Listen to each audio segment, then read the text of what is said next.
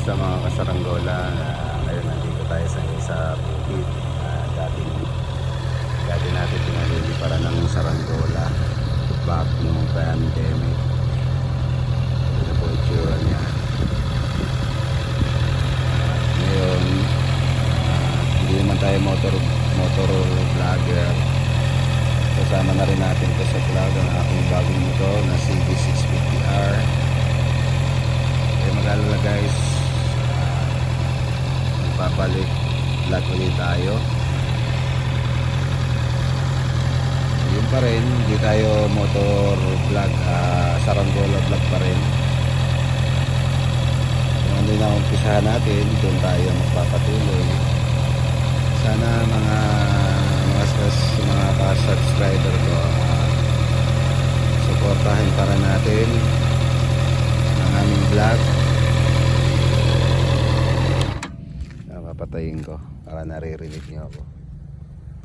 Yan yung bukid na dati namin pinaliliparan na saranggola. Yan, i-review ko. So nung araw wala tong bahay na to. Ngayon natayuan na. Lumipas ang 5 taon mula nung nag-umpisa tayo mag vlog. Eto, nakikita nyo yung view. Kung babalikan nyo yung mga dati namin mga video, yan, dyan kami mga nagpapalipad. Yan dati yung maraming puno ng nyug nagkamatay na. Ayan ang tambayan namin nung araw.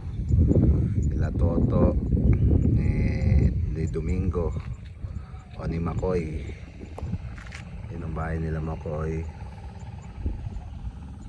Hindi na natataniman ang bukid dahil pinapasok na ng alat dahil sa pagtatambak ng lupa sa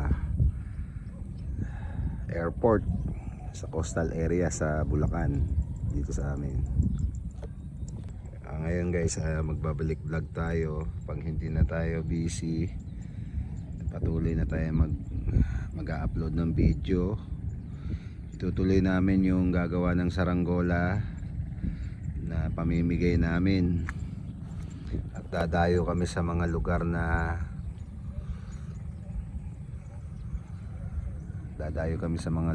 hindi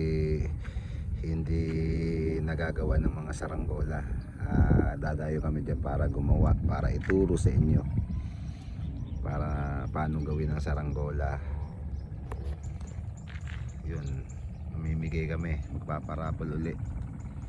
Siyempre kaya kami natigil sa aming pagbablog dahil sa hanap buhay.